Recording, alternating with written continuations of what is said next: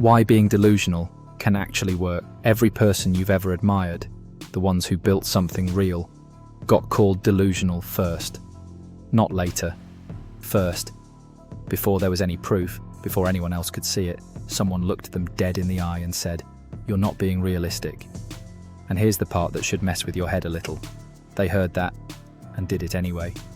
Because what looks like delusion from the outside is sometimes just someone believing in a version of reality that hasn't happened yet.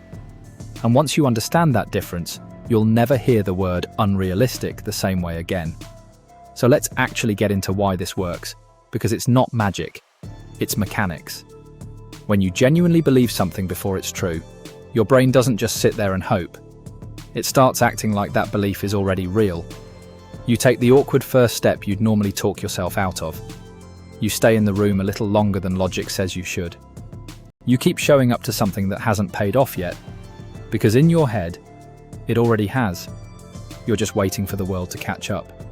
Psychologists call this a self-fulfilling prophecy. The belief itself changes your behavior, and the changed behavior is what makes the belief come true. Not because you wished hard enough, because you acted differently the entire time, in ways someone without that belief never would have. Think about anyone who's ever built something people said couldn't be built. Before the world saw any evidence, they were already behaving as if the outcome was inevitable, showing up earlier, pushing through the rejection that would have ended someone else's attempt, treating no as a scheduling issue instead of a verdict.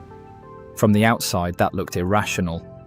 From the inside, it was just consistency pointed at a target nobody else could see yet. But here's where we need to be honest, because this is the part most videos on this topic skip completely. Not all delusion works. There's a version of this that actually helps you, and a version that quietly wrecks you. And the difference isn't the size of the belief, it's what you do with it. Productive delusion still checks reality. It still adjusts when something isn't working. It still takes real action and pays attention to real feedback. It just refuses to let early failure be the final answer. Reckless delusion does the opposite. It ignores every signal, keeps repeating the same failed move, and calls that faith instead of what it actually is, avoidance dressed up as belief. One version builds something, the other just delays the moment you have to admit it isn't working. So the real skill isn't believing harder. It's learning to believe in the outcome while staying brutally honest about the process. You can be completely convinced you're going to get there and still be willing to say, okay, that specific approach didn't work, let me adjust. Those two things aren't in conflict. In fact, they need each other. The belief is what keeps you moving. The honesty is what keeps you moving in the right direction. So the next time someone calls your goal unrealistic, or that voice in your own head does, don't rush to defend yourself. Ask a better question instead. Is this the reckless kind of belief, or the productive kind? Am I still paying attention, still adjusting, still doing the work? If the answer is yes, then what you're feeling isn't delusion. It's just vision that hasn't been proven yet. And that's the part nobody tells you. Proof was never supposed to come first. It comes after. You don't get to see the evidence and then decide to believe.